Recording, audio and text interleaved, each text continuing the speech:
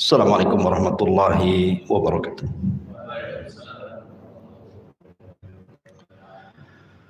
Alhamdulillah wassalatu wassalamu ala Rasulillah wa ala alihi wa sahbihi wa mawalah wa la hawla wa la quwwata illa billahi wa ba'du. Alhamdulillah, segala puja dan puji hanya milik Allah subhanahu wa ta'ala. Salawat dan iringan salam kita hadiahkan kepada Rasul kita, Nabi besar Muhammad sallallahu alaihi wa ala alihi wasallam.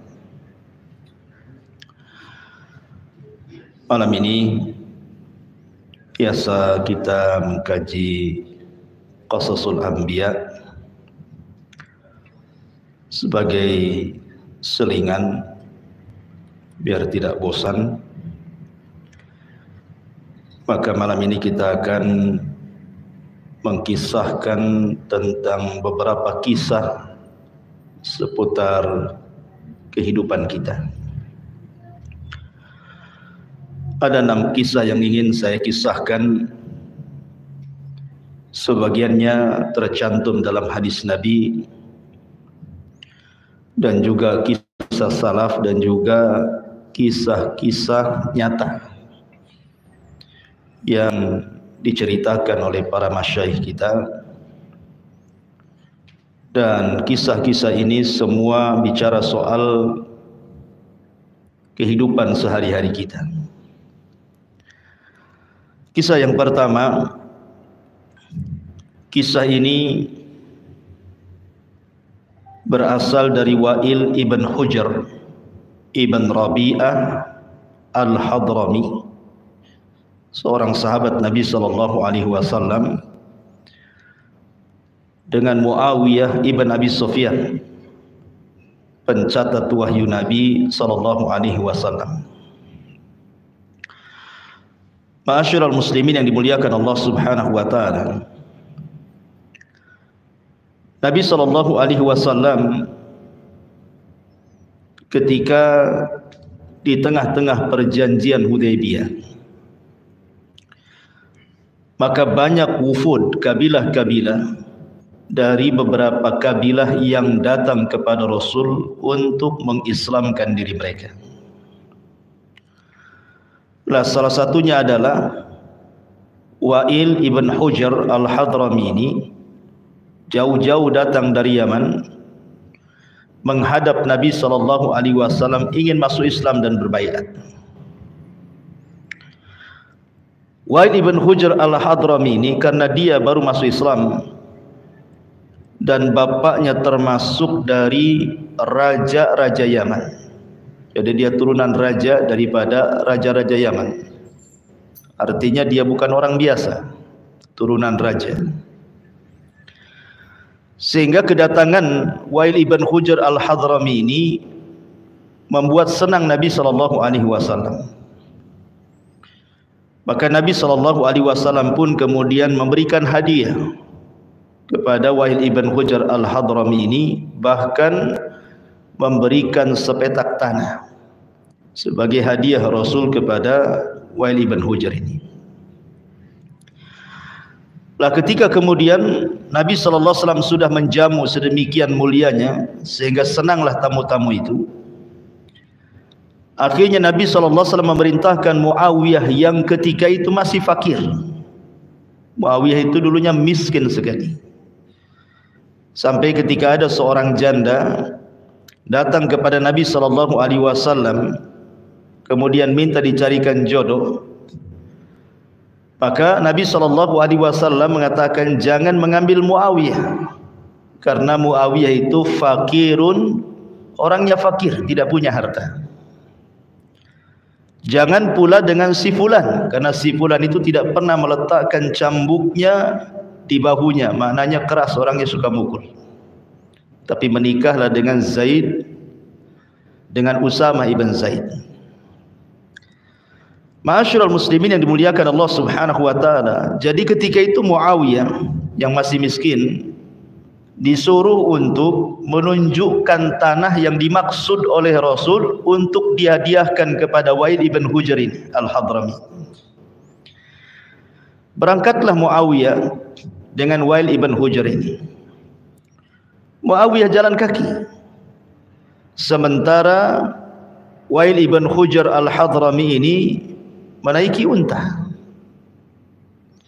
Dan tanah yang dituju, maksudnya yang dikehendaki Nabi SAW itu cukup jauh, harus melintasi padang pasir. Taulah padang pasir di tengah-tengah siang, terik matahari, panas terik, kering kelontang, tentu akan membakar kaki siapapun yang berjalan di situ. Karena di zaman itu jarang orang pakai sandal. Sandal itu mahal, sandal itu hanya dipakai untuk safar saja. Sehingga diceritakan Muawiyah ibn Abi Sufyan ini tidak tahan dengan panasnya terik matahari itu. Akhirnya kemudian Muawiyah mengatakan, ardifni khalfaka ya Wa'il. Bagaimana kalau seandainya boncengkan aku di belakang untamu itu, biar aku tidak jalan kaki, kepanasan kakiku ini. Tapi jawaban Wa'il ibn Hujr, karena waktu itu dia baru masuk Islam, masih ada kesombongannya karena dia putra daripada raja-raja Yaman. Ya, jadi pengaruh kekuasaan Yaman masih ada pada dirinya.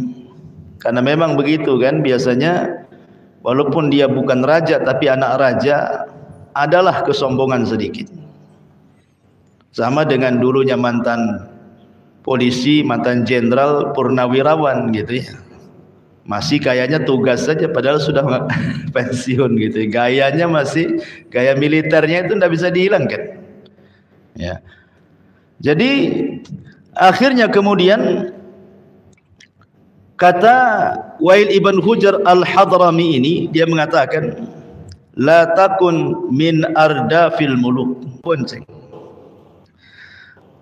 Kalau memang tidak bisa dibonceng, maka pinjamkan sandalmu kepadaku. Tapi lagi-lagi kemudian Wa'il ibn Hujr ini mengatakan tidak. Ketika dia mengatakan a'tini na'laka, kalau gitu pinjamkan sandalmu, dia mengatakan tidak. Sandal ini sandal mahal. Sandal mahal. Ini sandal biasa dipakai oleh turunan raja. Kau tidak pantas memakainya. Kalau engkau mau, maka berjalanlah di samping unta. Jadi kalau matahari sebelah sana, kan ada naungan di samping unta itu. Bayangkan coba, berapalah naungan unta itu. Kalau untanya kecepatan, ya kena matahari lagi, kan itu ya. Kemudian kakinya pun panas di tengah padang pasir. Sampailah kemudian di tanah yang dituju itu, kemudian ditunjukkan inilah tanah yang dihadiahkan Rasul untuk.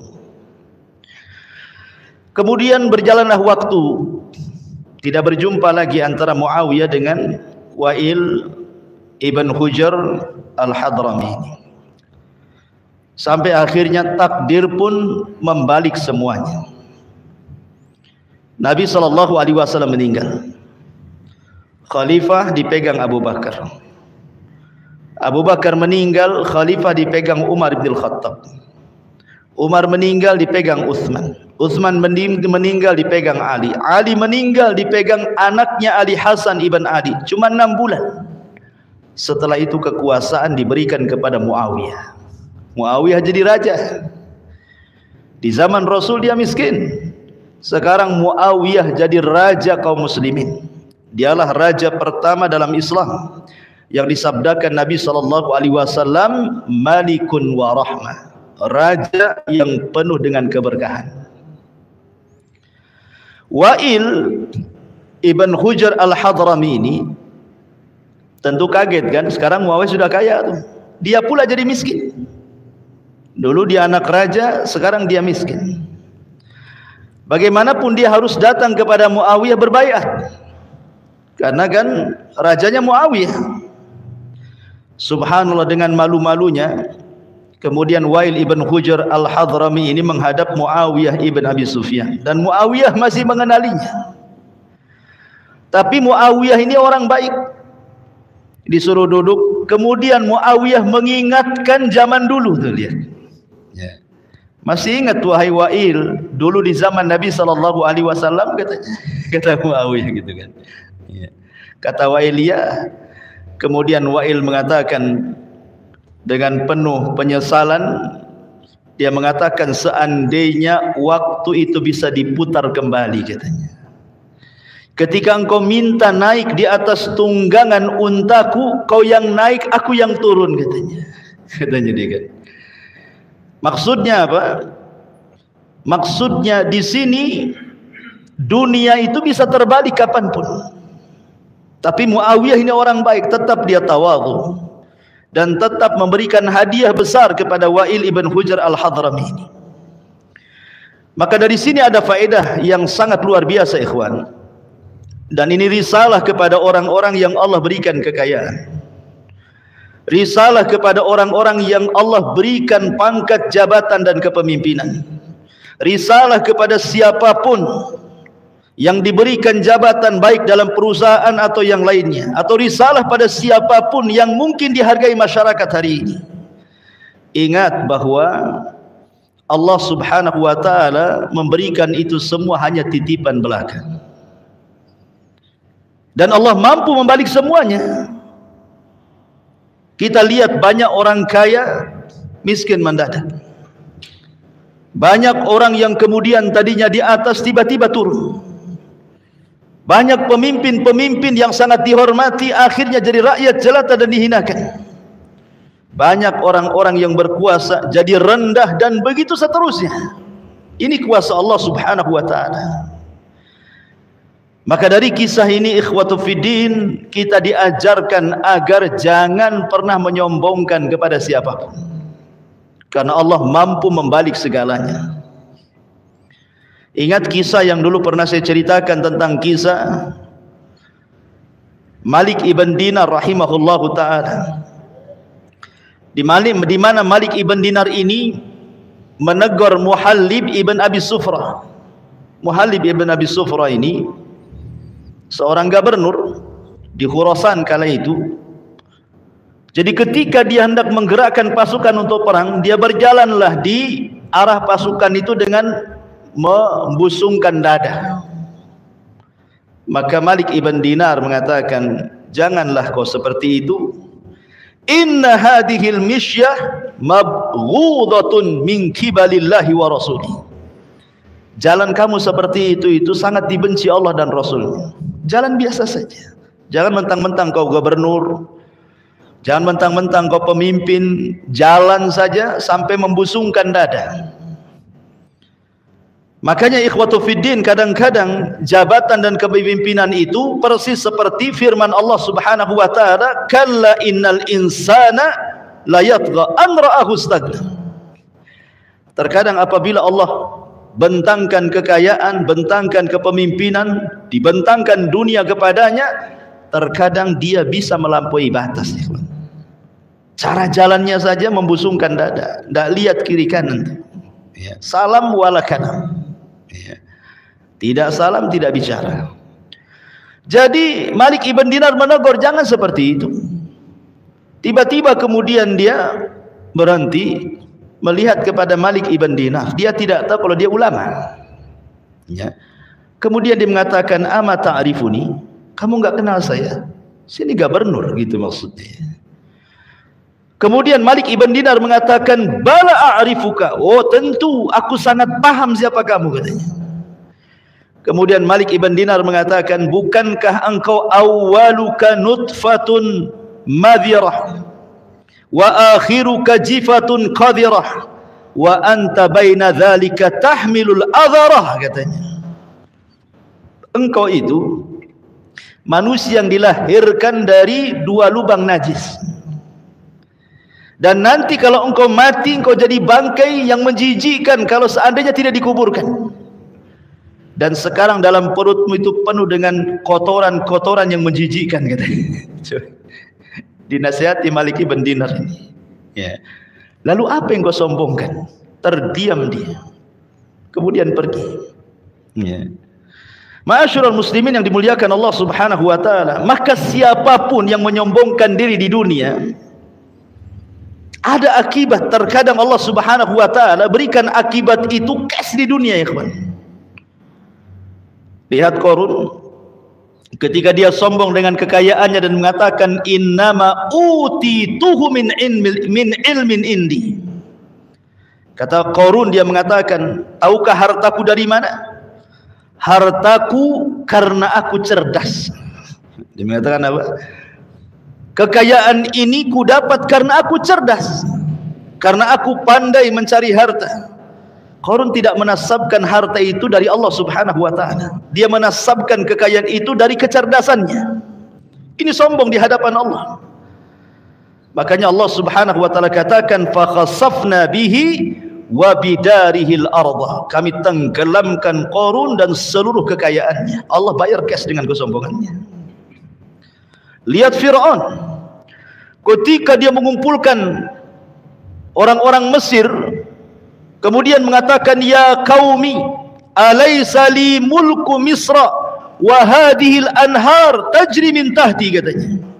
Hei orang-orang Mesir, katanya, bukankah seluruh kerajaan Mesir itu milikku? Dan bukankah seluruh sungai-sungai dan lautan itu berada di bawah kakiku, katanya. Ketika dia sombong dan mengatakan bukankah sungai-sungai dan lautan itu berada di bawah kakiku, apa yang terjadi? Allah katakan fa'aghraqnahu wa junuduh. Kami tenggelamkan Fir'aun dalam lautan itu. Dia sombong dengan lautan, dia tenggelamkan dalam lautan. Ya. Begitulah Allah Subhanahu wa taala kalau mau. Al-Walid ibn Mughirah di zaman Rasul, hidayah sudah masuk kepada Walid itu. Dia sudah mengakui Rasul itu Nabi, Quran itu wahyu. Kemudian dia ditakut-takuti Abu Jahal bahwa kalau dia masuk ke agama Muhammad maka dia tidak akan dihormati lagi. Balik lagi dia kufur. Dan dia mengatakan in hiya illa qaulun bashar, sesungguhnya Quran itu ucapan manusia, katanya. Makanya Allah Subhanahu wa taala turunkan surah Al-Mudaththir, sa'uslihi saqar. Saya akan sediakan neraka saqar untuk Walid itu. Ya kan? Siapa lagi? Namrud. Namrud yang congkak, yang mengatakan ana uhyi wa umit, kata di hadapan Ibrahim. Dia mengatakan aku pun bisa menghidupkan dan mematikan, katanya. Allah masukkan apa? Allah masukkan ba'udah. Ba'udah itu nyamuk, dimasukkan ke hidungnya, bersarang 40 tahun di otaknya. Sebab itulah Namrud mati. Ya kan? Dia sombong karena Namrud itu merasa dia kekuasaannya itu kan separuh dunia lebih. Dia punya pasukan kuat, dia punya kerajaan kuat. Tapi ketika Allah Subhanahu wa taala membunuh Namrud, cukup mengirim satu nyamuk bersarang di kepalanya 40 tahun. Setiap hari kepalanya ditepuk-tepuk sandal. Mati akhirnya. Coba tiap hari antum misal tepuk-tepuk, apa enggak mati antum? Ya. Ma'asyiral muslimin yang dimuliakan Allah Subhanahu wa taala, dari sini maka ada pelajaran, jangan pernah sombong. Tapi lihat sikap Muawiyah ibn Abi Sufyan. Walaupun dia pernah disakiti oleh Wa'il ibn Hujr al-Hadrami, tidak dihormati dan direndahkan, tetap dia membalas keburukan dengan kebaikan. Dia berusaha tawadu dan rendah diri kepada manusia, tetap dia berbuat baik kepada Wa'il ibn Hujr. Kenapa demikian? Karena tidak ada guna membalas kejahatan dengan kejahatan. Makanya Allah Subhanahu wa taala mengatakan la tastawil hasanah wala sayyi'ah idfa billati hiya ahsan fa idzal ladzi bainaka wa bainahu adawah ka'annahu waliyyun hamim. Dan tidak sama kebaikan dengan kejahatan itu. Tolaklah kejahatan itu dengan cara yang lebih baik, sehingga orang yang ada rasa permusuhan di antara kalian, kemudian dia menjadikan seperti teman setia padanya. Dia hilangkan dendamnya, seolah-olah tidak ada masalah antara dia dengan musuhnya. Begitulah ma'asyiral muslimin yang dimuliakan Allah Azza wa Jalla, kisah Wa'il ibn Hujr al-Hadrami bersama Muawiyah ibn Abi Sufyan. Ini yang pertama. Kisah yang kedua. Kisah ini kisah nyata. Diceritakan oleh sebagian para masyayikh tentang seorang laki-laki yang menutupi aib istrinya. Bagaimana ceritanya? Jadi ada imam masjid di sana, Saudi sana. Jadi dia bermimpi, imam masjid ini bermimpi. Dalam mimpinya kemudian di antara jemaah yang biasa sholat di masjidnya itu dimimpikan ada bisikan, ada suara dalam mimpinya, fulan min ahlil jannah, bahwa si fulan itu termasuk penduduk surga katanya. Dan itu berulang-ulang mimpinya.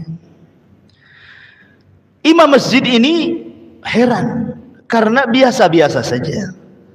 Dia makmum, tahulah hari-hari ketemu dengan dia. Tetapi dia sangat berhusnudzon kepada orang itu, bahwa ini bukan mimpi biasa, ini adalah tabsyir, kabar gembira untuk anak muda yang biasa sholat di belakangnya. Suatu hari ketika jamaah sudah pada pergi satu, dia tahan tuh anak muda itu. Kemudian dia berbicara empat mata, wahai fulan, saya ingin bicara denganmu empat mata, tolong jawab dengan jujur. Adakah amalan-amalan sir, amalan-amalan yang tersembunyi yang kau lakukan? Mungkin kau setiap malam sholat malam orang tidak tahu, atau engkau sedekah sembunyi-sembunyi orang tidak tahu, atau amalan apalah yang tersembunyi yang orang tidak tahu, hanya engkau dengan Allah saja. Anak muda ini tak mau cerita. Dia mengatakan tidak perlu tahu, cukup aku dengan Allah saja. Tapi karena imam itu mendesak, akhirnya dia pun kemudian bercerita. Dia mengatakan, aku bercerita, tazawwajtu, aku suatu ketika menikah, wa akhadtu arusi fa idza biha fi hamilin fi syahri tsani aw tsalis. Aku dijodohkan dengan salah seorang wanita yang masih ada hubungan kerabat denganku.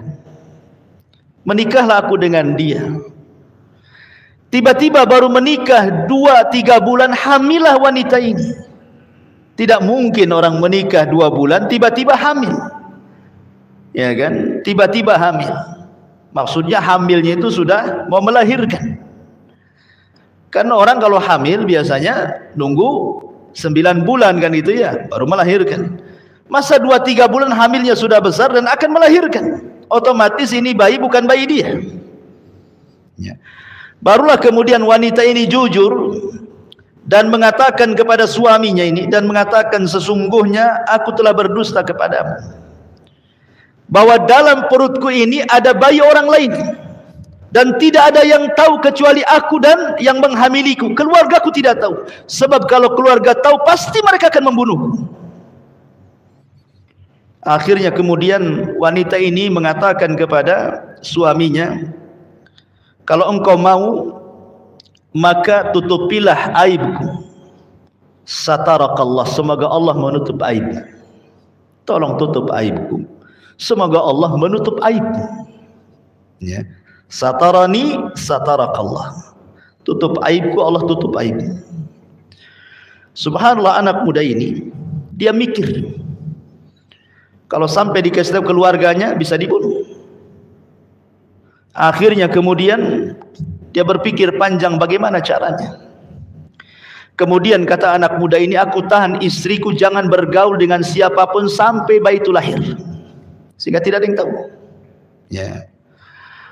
Dan dia pun mencari orang yang membantu kelahirannya, orang jauh, supaya orang-orang situ tidak tahu. Setelah malam itu melahirkan, ketika bayi itu umur beberapa hari, maka aku berpikir bagaimana caranya. Terpikirlah ketika di waktu subuh, ketika manusia sedang sholat, nampak tidak ada orang di masjid, dia gendong bayinya. Kemudian segera dia ke masjid, diletakkanlah kemudian bayi itu di pintu masjid, dia bergegas sholat, tidak ada yang tahu. Otomatis bayi ini kan menjerit-jerit ya. Selepas sholat kemudian dia pula yang berteriak, ini bayi siapa katanya. Dia yang meletakkan, dia pula yang berteriak, ini bayi siapa. Jemaah kaget semuanya kan. Akhirnya kemudian dia menawarkan diri, bagaimana kalau seandainya bayi ini aku angkat jadi anakku ya. Maka orang pun sangat antusias kan gitu.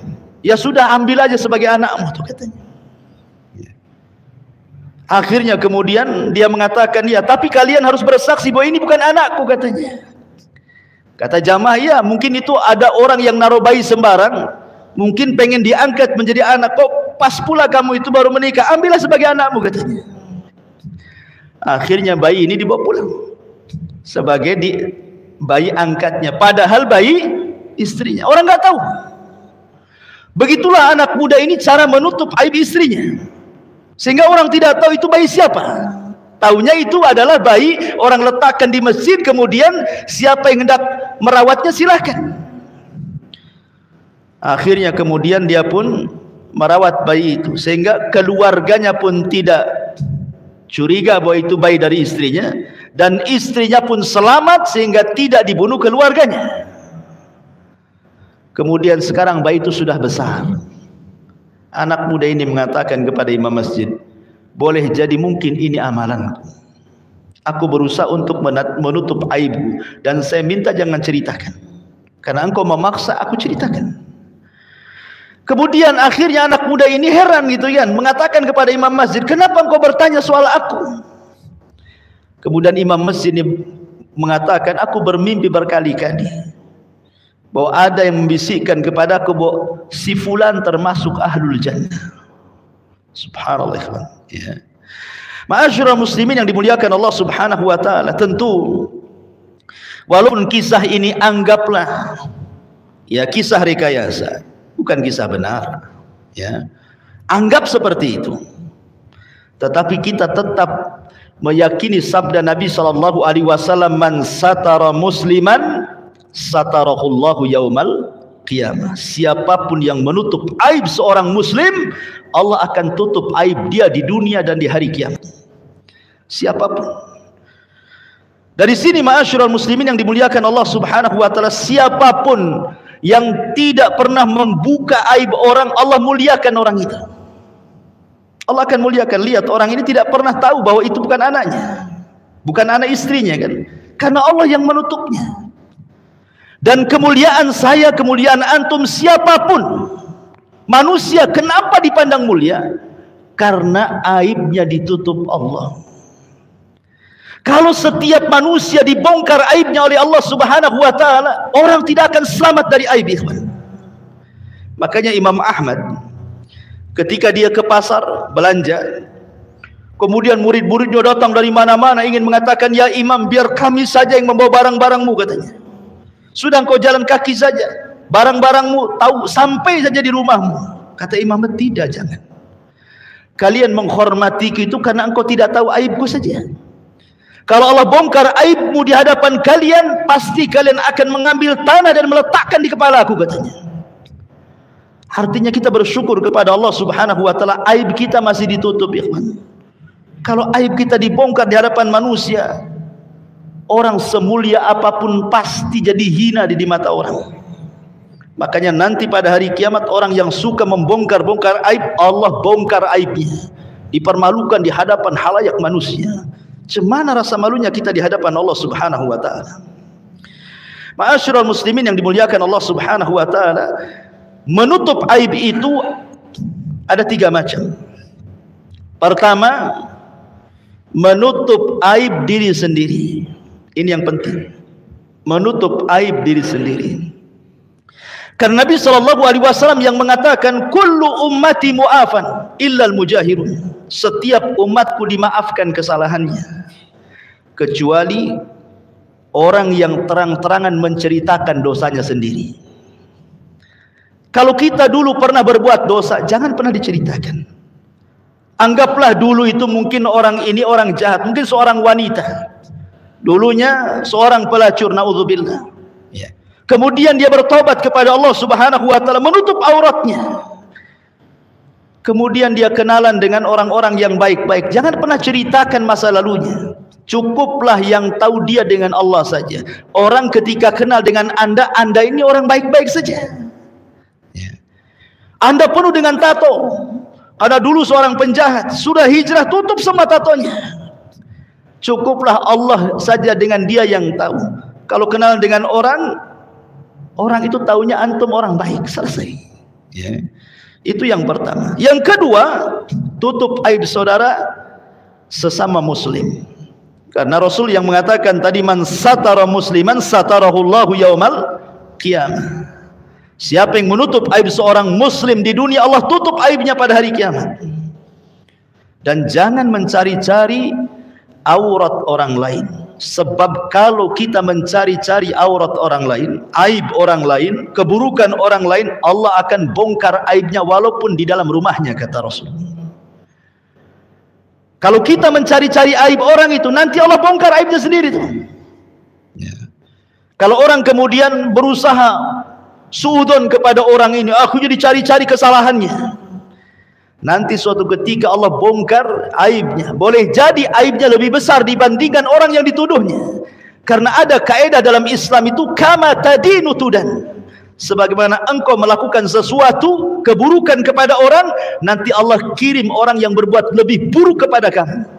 Itulah yang disebut dengan hukum karma namanya. Ya. Kemudian yang ketiga, satrul mayyit, menutup aib orang yang sudah mati. Makanya kenapa dalam fardu kifayah itu, ketika seseorang memandikan jenazah, orang-orang khusus yang boleh memandikan, kemudian ditutup dan tidak boleh ada orang melihatnya. Kemudian orang yang memandikanlah orang-orang yang amanah, yang tidak menceritakan aib mayat yang sedang dimandikannya. Sebab kalau semua orang boleh memandikannya, nanti diceritakan aibnya. Makanya kenapa seorang muslim itu punya karamah, kemuliaan, baik ketika hidup ataupun ketika dia mati, harus tutup aibnya. Ya.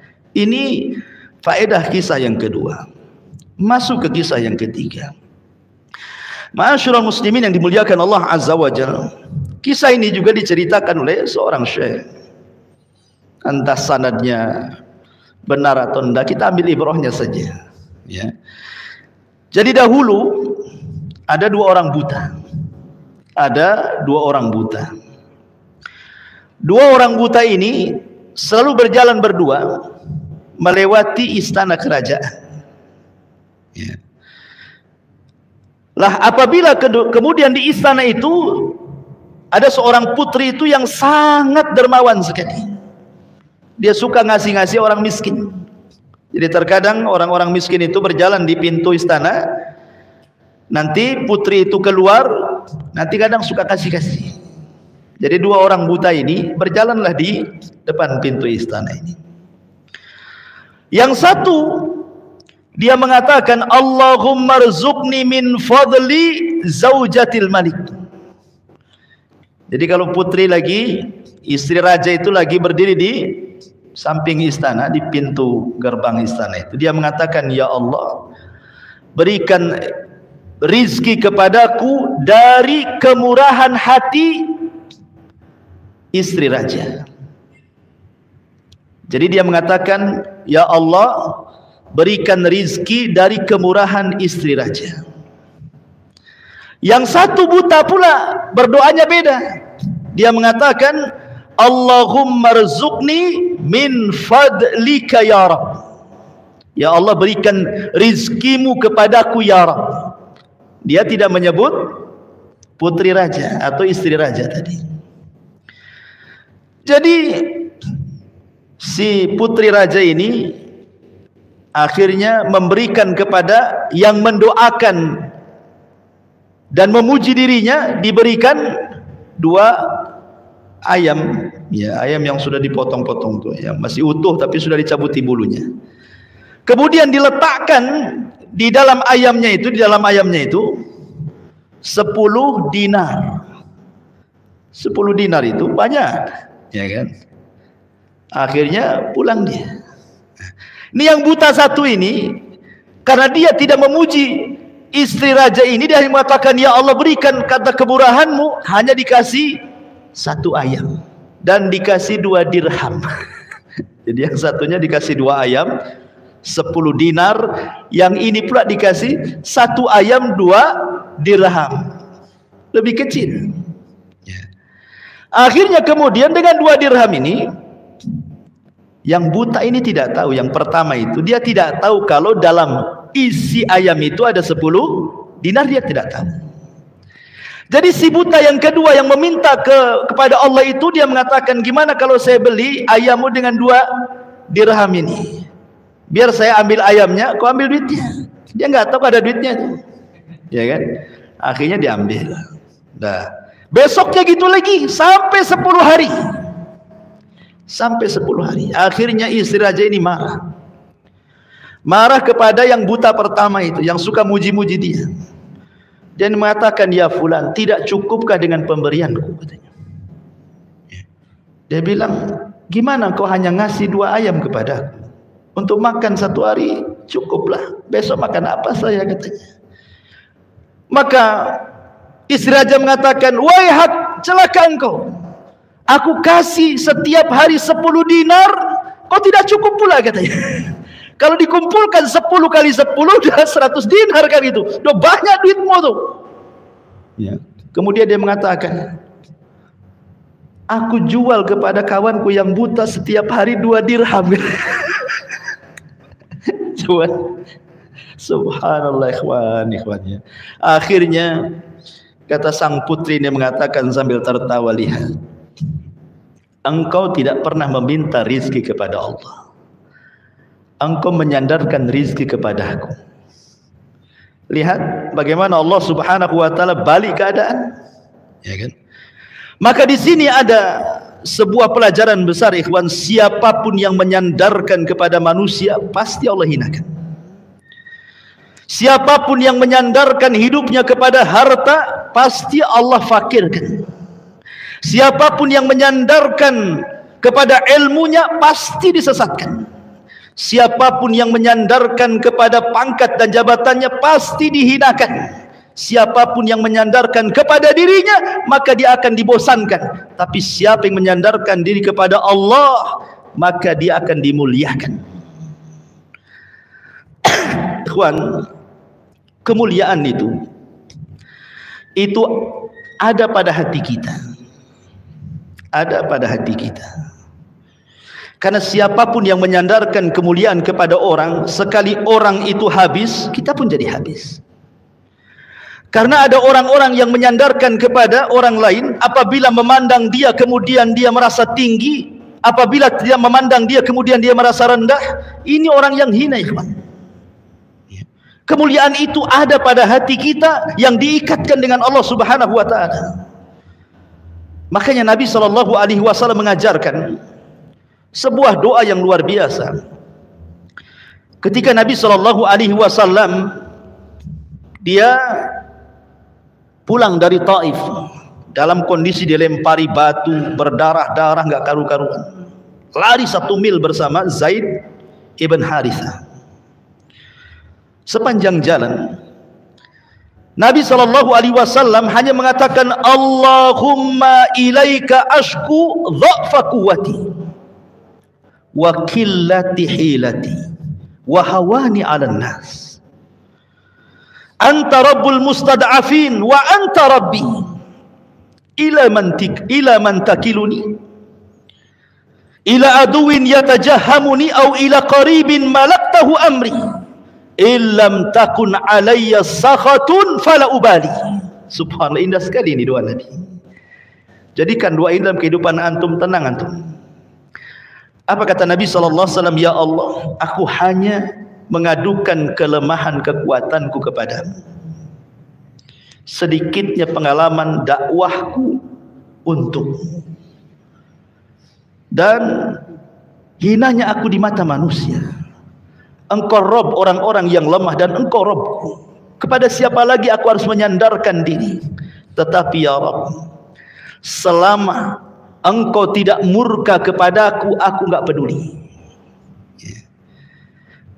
Ketika orang-orang Taif melemparkan batu kepadaku, melemparkan apapun yang mereka lempar ke badanku, sampai aku berdarah-darah, kalau ini bukan sebuah kemurkaanmu kepadaku ya Rob, aku enggak peduli. Yang penting kau masih sayang denganku. Ya. Begitulah Rasul menanamkan kemuliaannya dengan cara menyandarkan kepada Allah. Karena ada orang yang kemudian merasa terhina sehingga ketika Allah Subhanahu wa taala memberikan ujian kepada kita, seolah-olah itu ujian, itu azab dari Allah kepada kita. Dan itu kebanyakan masyarakat seperti itu yang kurang iman. Diuji kefakiran, dia mengatakan, ya Rabb, asik aku saja yang miskin, katanya. Diuji gulung tikar, asik aku saja yang gulung tikar, usaha tidak pernah maju-maju, kok yang lain enak kali, katanya. Ketika anaknya sakit, kenapa anakku terus yang sakit? Anak orang sehat-sehat, katanya kan. Jangan pernah ujian itu kemudian Allah menjadi objek celaan. Karena Allah Subhanahu wa taala menguji manusia itu untuk mengetahui siapa yang jujur, siapa yang dusta keimanannya. Kalau memang orang jahat, Allah sedang menegurnya. Kalau dia orang baik, Allah sengaja mengangkat derajatnya, kan begitu. Makanya dari sini ma'asyiral muslimin yang dimuliakan, jangan sandarkan sesuatu kepada selain Allah. Karena Allah Subhanahu wa taala mengatakan, walillahil izzatu jami'ah. Milik Allah lah kemuliaan semuanya. Seolah-olah Allah ingin katakan kepada kita, kalau aku muliakan engkau, maka tidak ada manusia yang menghinakan dirimu. Tapi kalau aku hinakan dirimu, maka tidak ada manusia yang mengangkatmu. Maka siapapun yang diangkat oleh Allah tidak akan dihinakan manusia. Siapapun yang dihinakan Allah tidak ada yang mengangkatnya dari manusia. Memang seperti itu. Karena manusia ini terkadang kalau kita di atas, mereka tepuk tangan. Ketika kita di bawah, tangan yang tadinya bertepuk-tepuk untuk kita diletakkan pula di mukanya, tidak mau memandang kita. Begitulah manusia. Tetapi orang mulia itu, dia tidak pernah memandang pujian dan tidak pernah memandang celaan. Hatinya la tataghayyar, tidak akan berubah. Dia samakan antara pujian dan juga celaan. Mau memuji silahkan, mau mencela silahkan. Tidak menjadi besar karena pujian, tidak pula menjadi kecil karena celaan. Begitulah orang mulia. Itu kaidah itu. Ya. Ma'asyiral muslimin yang dimuliakan Allah Azza wa Jalla. Ini terlalu dalam nih pengajiannya. Ini pengajian sufi nih. Ma'asyiral muslimin yang dimuliakan Allah Subhanahu wa taala. Taib. Ini kisah yang ketiga. Kisah yang keempat. Ma'asyiral muslimin yang dimuliakan Allah Azza wa Jalla. Dulu ada seorang penguasa, gubernur, namanya Khalid ibn Yahya al-Burmuki. Pada zaman Khalifah Harun ar-Rasyid. Jadi dia dijadikan gubernur oleh Harun ar-Rasyid. Gubernur dihormati, diberikan kekayaan, fasilitas, gaji, macam-macam ada. Ya. Suatu ketika, entah kenapa dia kena kasus. Akhirnya Harun ar-Rasyid memenjarakan Khalid ibn Yahya al-Burmuki ini. Dan juga anaknya dimasukkan ke dalam penjara. Dua-duanya dimasukkan. Bapak dan anak dimasukkan. Lama dia tinggal di penjara. Akhirnya anaknya bingung kesalahan bapaknya apa dan kesalahan dirinya apa gitu ya. Jadi dia kemudian ngomong sama bapaknya, ya abati, ba'dal izzi wal amri wan nahyi sirna fil qaidi wal habsi. Wahai bapakku, setelah kita dihormati manusia, diberikan kekuasaan, dimuliakan, bisa memerintah, bisa melarang, tiba-tiba kita sekarang di penjara, dihinakan. Ya. Ada apa ini? Kata anaknya. Maka Khalid ibn Yahya al-Burmuki mengatakan, ya bunai, da'watu madlum sarat bil laili wa nahnu anha ghafilun wa lam yaghfalillahu anha. Wahai anakku, boleh jadi ini doa orang-orang yang pernah kudzalimi semasa aku berkuasa. Boleh jadi ini doa orang-orang yang kudzalimi semasa aku berkuasa. Dan kita lalai dari doa-doa mereka, sementara Allah tidak pernah lalai. Kita lalai dari doa-doa orang yang mendolimi, yang kita dolimi, sementara Allah tidak pernah lalai. Ya, karena orang-orang yang didolimi, mereka tidak pernah lalai dari orang-orang yang mendoliminya. Orang yang didolimi tidak pernah tidur malam. Karena hatinya terganggu, resah, sakit, pedih. Makanya mereka terkadang mengangkat kedua tangan, ya Rabb, ya Rabb. Doa kecelakaan. Sementara kita yang mendolimi asik tidur, sementara orang itu sedang mendoakan keburukan kepada kita. Ma'asyiral muslimin yang dimuliakan Allah Azza wa Jalla. Ada satu kisah nyata. Ini juga diceritakan oleh masyayikh. Jadi suatu ketika ada orang kaya ceritanya. Ada orang kaya sedang berjalan-jalan. Dia menggunakan pakaian yang bagus, yang indah. Suami istri, orang kaya, jalan kaki, jalan-jalan. Rupanya dari berlawanan arah itu ada kakek-kakek pakai tongkat, jalan punya susah, dan dia sedang sakit. Akhirnya ketika kemudian berpapasan, qadarullah ada lubang-lubang itu penuh air. Namanya kakek-kakek sudah tua sakit, kepelesetlah dia, kemudian masuklah dia ke dalam lubang itu. Rupanya cipratan airnya terkena pula baju istrinya yang indah itu, yang mahal itu. Marah istrinya, marah. Kemudian dia ngeluh kepada suaminya. Suaminya terpengaruh dengan istrinya, akhirnya mendekati kakek itu, ditamparnya kakek itu. Saya bayangkan. Ya. Akhirnya kakek itu kemudian mengucapkan sesuatu, anak muda ini tidak tahu dia sedang mengucapkan apa. Akhirnya kakek ini pulang dengan sedih. Kemudian anak muda dan istrinya, orang kaya ini, pulang juga mau ganti pakaian. Ya.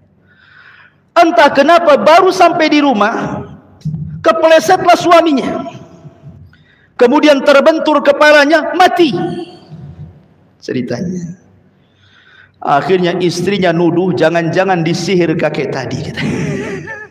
Jangan-jangan kakek itu penyihir itu, katanya. Akhirnya kemudian dituduhlah kakek itu penyihir. Keluarganya kumpul, akhirnya melapor ke mahkamah.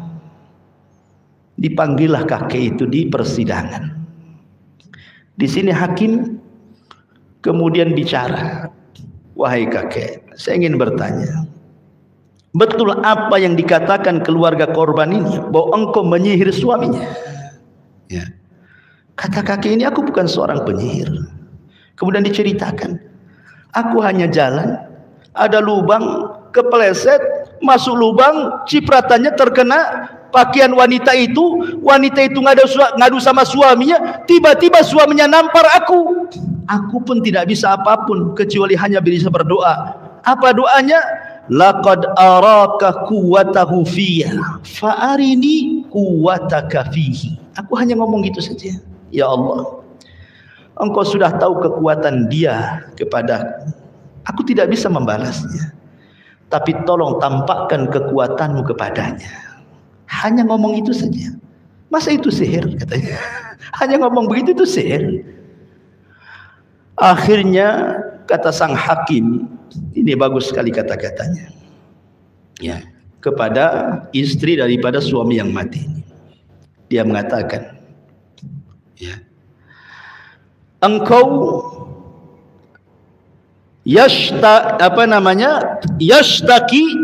tashtaki ila habibiki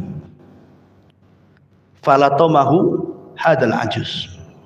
Suamimu, engkau mengadu kepada orang yang kau cintai. Akhirnya orang yang kau cintai, suamimu, menampar pula kakek ini. Tapi kakek ini mengadu kepada Allah yang dicintainya, maka Allah membunuh suamimu.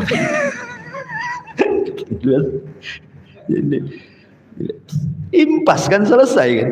Engkau mengadu pada suamimu, suamimu nampar kakek ini. Kakek ini ngadu sama Allah, Allah bunuh suamimu. Selesai, tidak ada persidangan. Menang kakek itu. Coba. Ma'asyiral muslimin yang dimuliakan Allah Azza wa Jalla. Kisah ini persis seperti kisah yang diceritakan Imam Zahabi rahimahullahu ta'ala, yang pernah saya ceritakan juga kepada antum, dan pernah juga saya ceritakan di khutbah Jumat ini, tentang kisah orang zalim yang mengambil ikan. Imam Zahabi menyebutkan dalam kitab Al-Kabair bahwa ada orang zalim tiba-tiba mengambil ikan nelayan. Nelayan ini orang fakir, punya keluarga, punya anak-anak, dan Allah takdirkan hari itu cuma dapat 1 ekor ikan, tidak lebih. Tiba-tiba diambil ikan itu dengan cara zalim, bahkan diancam kalau tidak dikasih dibunuh.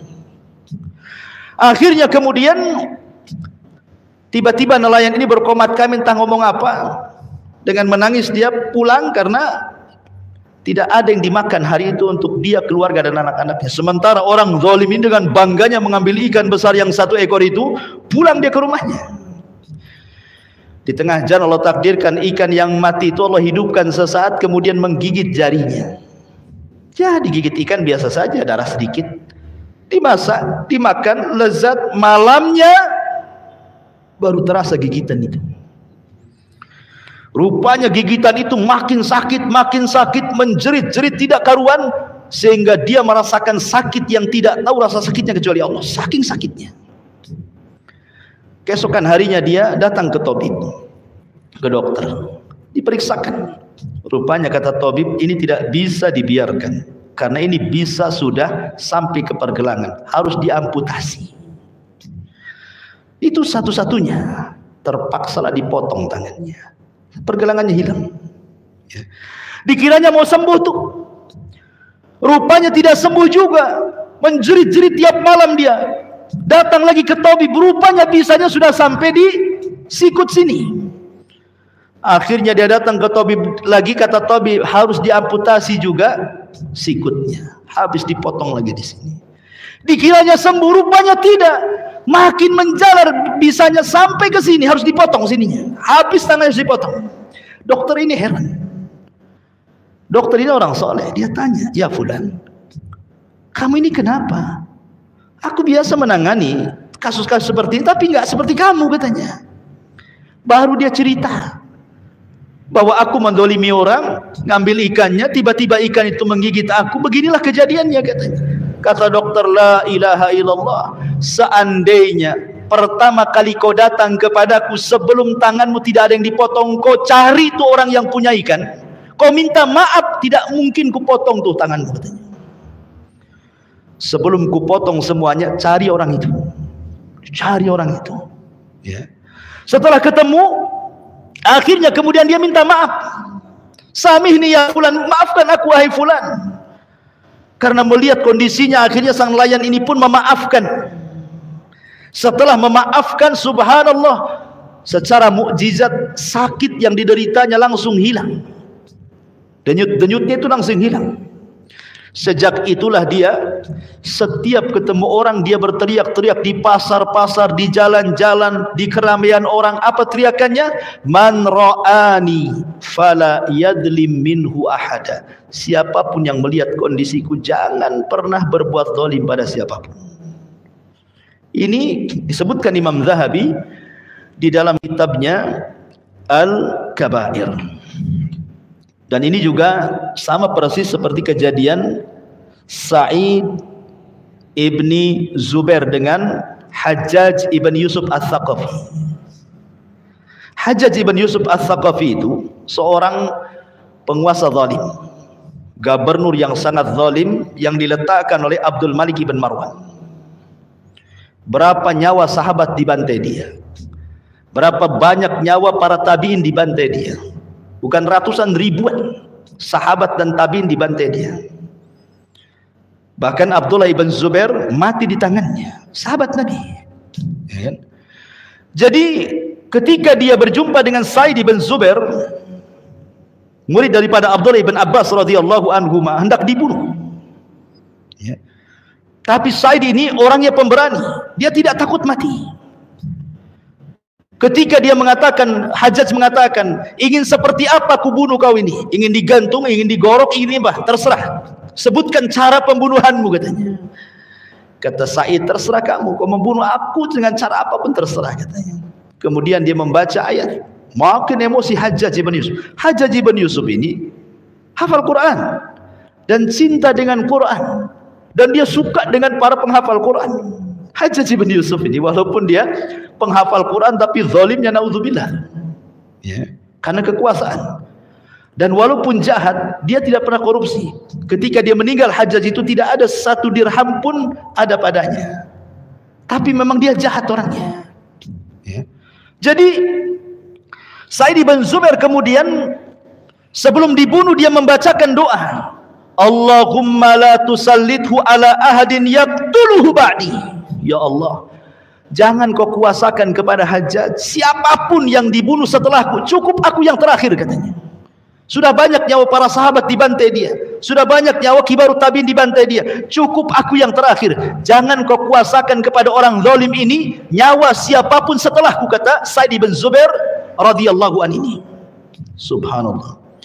Kemudian kata Hajjaj murka karena mendengar doanya, izbahu, sembelih dia, sembelih dia. Akhirnya disembelih mati. Selang beberapa waktu setelah Sa'id bin Zubair meninggal, maka Hajjaj mengalami sakit yang luar biasa, berteriak-teriak sampai para penjaganya bingung apa yang dilakukan oleh Hajjaj bin Yusuf ini. Malak, ada apa dengan kamu? Kemudian dia berteriak, aku bermimpi dan mengatakan, mali wali Sa'id, ada apa dengan Sa'id bin Zubair, ada apa aku dengan Sa'id bin Zubair, katanya. Dia ngomong gitu terus sampai akhirnya Allah wafatkan dia. Itu Hajjaj bin Yusuf tuh. Lihat bagaimana doa orang-orang yang dizalimi. Makanya Imam Abdul Qayyim rahimahullah ta'ala mengatakan, walaupun antum menzalimi orang kafir sekalipun, anggaplah yang antum zalimi itu orang kafir, bukan muslim. Tapi kalau orang kafir mengatakan ya Rabb ya Allah, maka Allah subhanahu wa ta'ala akan mengatakan, wa izzati wa jalali la ansurannaka walau ba'dahin. Dalam hadis qudsi Allah akan mengatakan, demi kemuliaanku dan demi keagunganku, aku akan tolong engkau dalam waktu yang sangat singkat. Artinya Allah akan di samping orang kafir, bukan karena kekafirannya, karena dia dari pihak yang dizalimi masalahnya. Allah tidak suka dengan kezaliman. Jadi pembahasannya soal zalim, bukan kekafiran. Karena Allah itu la yuhibbuz zalimin. La yuhibbuz zalimin. Allah tidak suka dengan orang-orang zalim. Ini kisah yang keempat. Masuk kisah kelima. Ma'asyiral muslimin yang dimuliakan Allah subhanahu wa ta'ala, kisah yang kelima ini diriwayatkan Imam Bukhari. Nabi SAW bercerita tentang seseorang di zaman Bani Israel. Hadis sahih dikeluarkan Imam Bukhari. Dahulu di zaman Bani Israel ada seorang laki-laki, dia peniaga, tijarah, kemudian khasir, bangkrut. Biasalah orang berniaga itu kadang untung kadang buntung, ya biasa ya. Jadi orang ini bangkrut, kemudian cari modal. Dia mencari-cari orang untuk bisa dipinjami duitnya. Maka adalah orang terkenal yang suka membantu orang. Dia datang kepada orang itu, tidak kenal, bukan kawan, bukan siapa-siapa, enggak kenal. Cuman dia mengatakan, ya fulan, aku lagi bangkrut, bisakah engkau meminjamkan kepadaku 1000 dinar, 1000 dinar, banyak 1000 dinar itu kawan, bukan sedikit. Dinar itu kalau diemaskan 4 gram emas lebih, 1 dinar kali 1000 ya, itu bisa, kalau disatukan emas bisa 5 kilo tuh kan itu 1000 dinar tuh 5 kilo emas tuh, banyak lah 5 kilo itu kresek itu. Jadi akhirnya dia mengatakan, baik, akan aku berikan pinjaman kepadamu, tetapi siapa syahidnya, saksinya siapa? Namanya pinjam meminjam kan harus ada saksi, saksinya siapa? Tiba-tiba orang mengadil, wa kafa billahi syahida, cukuplah Allah saksinya. Akhirnya dengan modal percaya dikasihkanlah uang itu 1000 dinar. Kira-kira di zaman sekarang pinjam uang 1 juta, antum bilang saksinya Allah, dikasih enggak tuh? Ya kan, walaupun banyak saksi mikir-mikir itu kan. Apalagi orang ini terkenal tukang pinjam kan, dan tidak bayar, makin enggak dikasih ya kan. Akhirnya ditentukanlah hari, tanggal, bulan pembayarannya.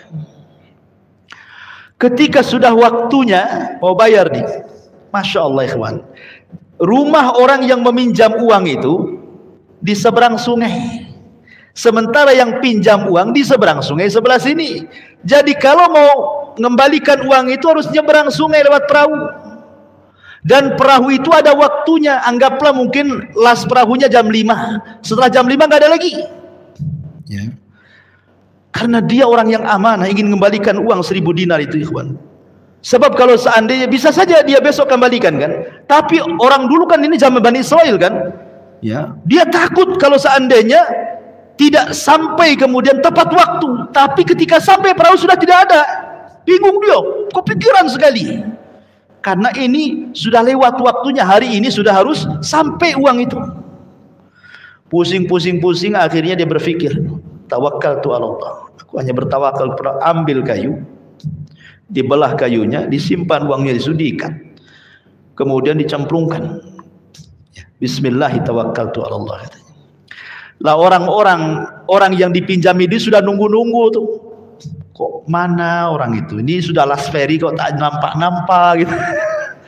Akhirnya karena nggak mungkin lagi dia datang katanya. Tapi dia berpikir daripada dia pulang tangan kosong, dia mencari kayu bakar. Nampaklah ada kayu itu. Karena nampak gede kayunya kan. Ini lumayan juga kayu bakar. Berusaha diambil sama dia kayu itu, bawa pulang. Ya. Ketika hendak dibelah kayunya itulah dia kaget, pas terbelah kok ada uang 1000 dinar dan di situ ada surat. Ya. Akhirnya dia mengatakan alhamdulillah. Lihat dari sini ada pelajaran apa? Tawakal. Ya. Tapi ini kan cerita Bani Israil. Antum jangan lakukan kayak gini. Kalau antum lakukan kayak gini ke bawah kan. Orang yang renang sana yang ngambil duit.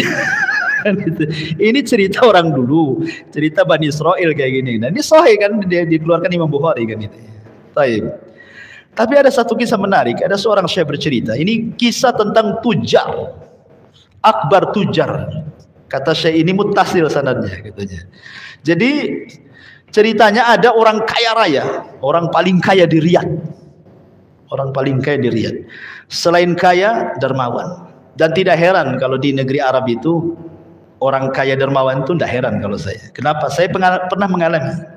Ya, waktu saya di kuliah di Yaman itu, di daerah Taiz itu ada orang paling kaya.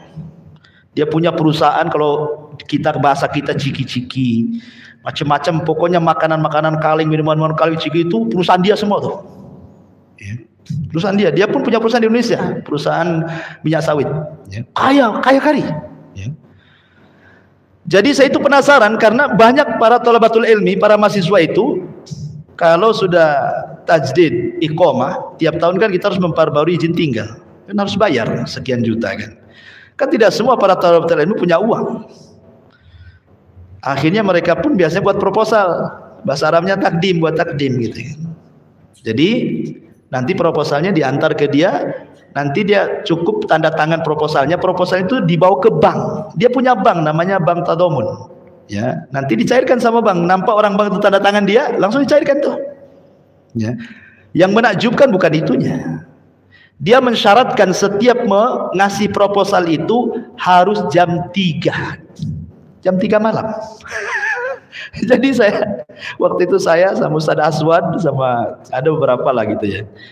Ada beberapa, saya pengen tahu saja kok, karena orang-orang ngomong macam-macam kan itu, luar biasa kalau muji-muji. Perangkatlah saya ke sana dengan Ustaz Aswad dengan yang lain.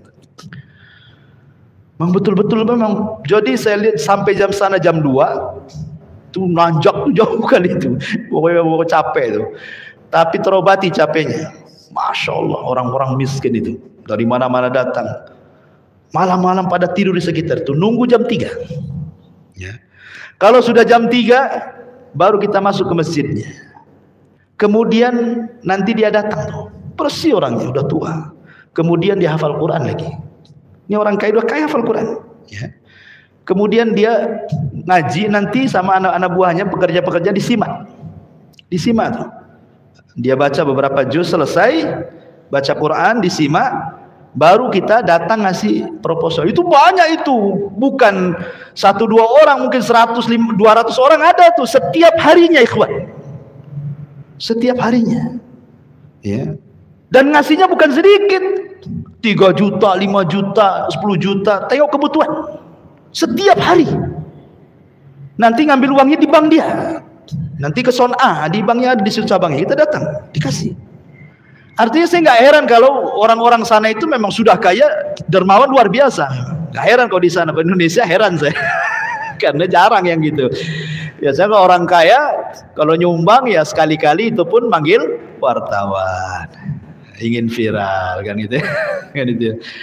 Antrinya tengok sampai ngalahin buri katanya. Tapi orang sana biasa. Jadi ini yang bercerita, ini cerita di Riyadh itu ada Akbar Tujar, memang pedagang besar, orang kaya, dermawan. Jadi setiap Ramadan, kata Syekh ini bercerita, suka membagi-bagi zakat dan infak ini. Jadi suatu ketika dia sedang pergi ke daerah-daerah yang banyak orang miskin itu.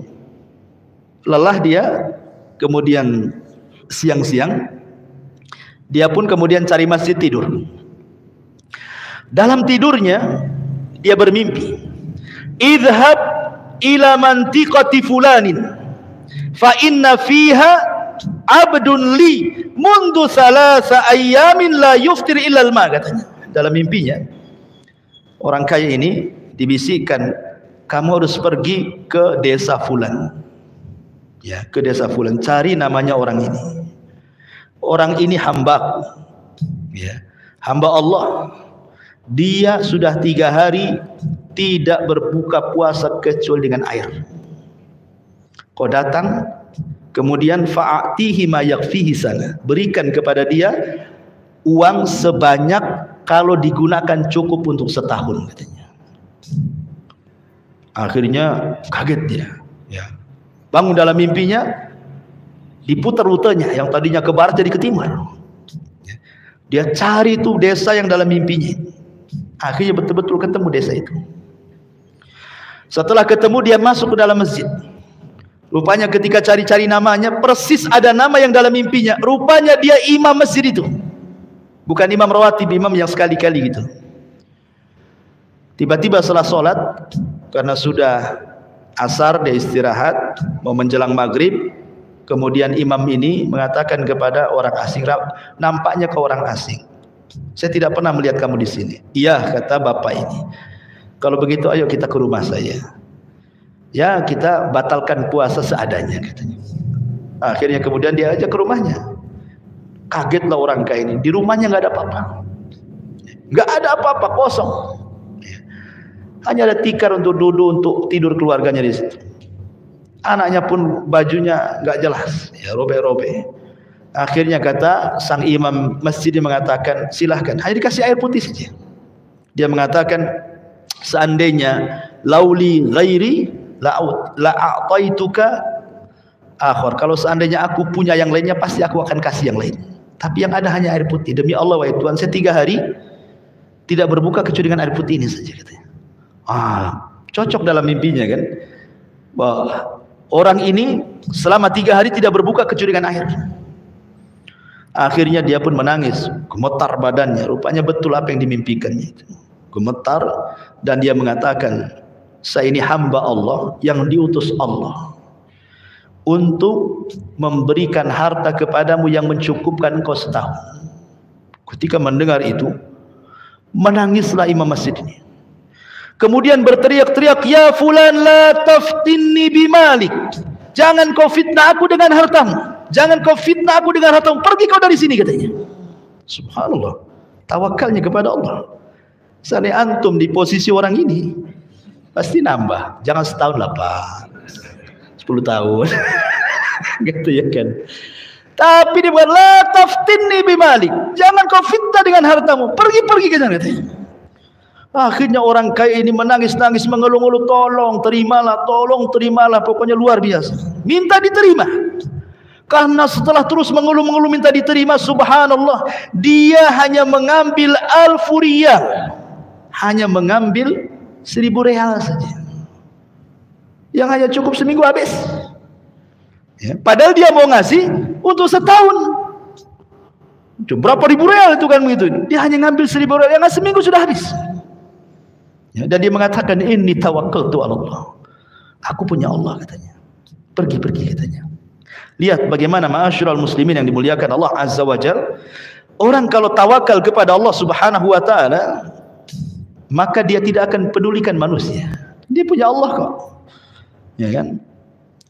Taib, ini kisah yang kelima, yang terakhir, kisah dari Abu Hurairah radhiyallahu an, dan ini dikeluarkan Imam Muslim. Sebagian kita pernah mendengar. Kata Nabi SAW, bainama rajulun bifalatin minal ardi Fasami'a sautan fi sahabatin. Ada laki-laki berjalan di galangan sawah, galangan kebun.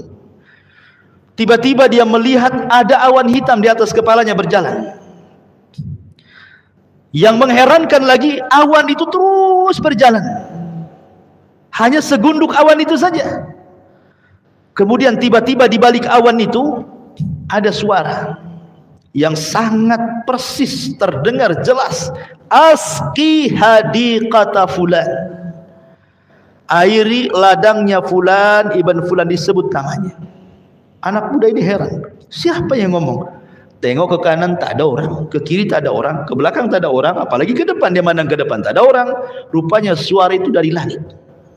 Hujani kebun si fulan, hujani kebun si fulan. Penasaran dia, diikutilah awan itu. Kemana awan ini perginya? Ya. Rupanya setelah jauh dia mengikuti awan yang berjalan itu, rupanya awan itu berhenti di sepetak ladang. Setelah berhenti di sepetak ladang, awan itu merendah, kemudian hujan. Subhanallah, airnya tidak kena sebelah kanan, sebelah kiri, depan, belakang. Persis hanya di petak itu saja airnya. Apa gak heran tuh? Kenapa ladang seperti itu? Gak kecipratan gitu ya? Kenapa di ladang dia saja? Habis itu setelah selesai hujan, awan ini pergi. Dia tunggu, penasaran, ini ladang milik siapa ini? Ditunggu akhirnya. Rupanya selang beberapa waktu datanglah pemilik ladang itu. Kemudian ditanya, ya Abdullah, masmu kawai hamba Allah, siapa namamu? Kata pemilik ladang, nama saya fulan ibn fulan. Kaget dia, kok nama itu persis seperti yang dia dengar di atas awan itu. Berarti ini pemiliknya. Kemudian dia tanya kepada pemilik ladang ini, sebenarnya apa yang kau lakukan dengan ladangmu ini, katanya. Kemudian laki-laki ini bingung dengan pertanyaan itu. Ya. Kemudian tanya balik, kenapa kau bertanya seperti itu? Akhirnya diceritakan tadi. Yang punya ladang pun bingung kan gitu kan, karena dia tidak pernah melihat kejadian seperti itu. Barulah dia bercerita, oh boleh jadi dia mengatakan, karena aku selalu apabila panen di ladangku ini, di sawahku ini, aku jadikan panen itu 3 bagian. Sepertiga aku masukkan ke ladang, sepertiga aku sedekahkan, sepertiga untuk hidup aku dan keluargaku. Apakah seperti itu setiap panen? Iya, setiap panen seperti itu. Lihat bagaimana ma'asyiral muslimin yang dimuliakan Allah Azza wa Jalla, terkadang harta yang diberkahi itu pasti tidak akan pernah punah. Pasti ada saja jalannya, rizki itu datang kan. Wa yarzuqhu min haitsu la yahtasib. Kadang Allah Subhanahu wa taala memberikan rizki dari arah-arah yang tidak disangka. Boleh jadi mungkin dia punya 1 pohon mangga di depan rumah, tapi sekali buah banyak gitu kan. Atau pohon jambu sekali buah banyak, bisa dijual gitu kan. Siapa yang tahu? Allah Subhanahu wa taala yang menakdirkan rizki-rizki itu. Maka ma'asyiral muslimin yang dimuliakan Allah, ini semua cerita-cerita tentang kehidupan kita ini. Banyak kisah-kisah tapi juga waktu ya. Mudah-mudahan kisah-kisah yang sudah diceritakan bisa dijadikan ibrah. Fa'tabiru ya ulil absar. Subhanakallah bihamdika asyhadu an la ilaha illa anta astaghfiruka wa atubu ilaik. Allahu ta'ala alam. Assalamualaikum warahmatullahi wabarakatuh.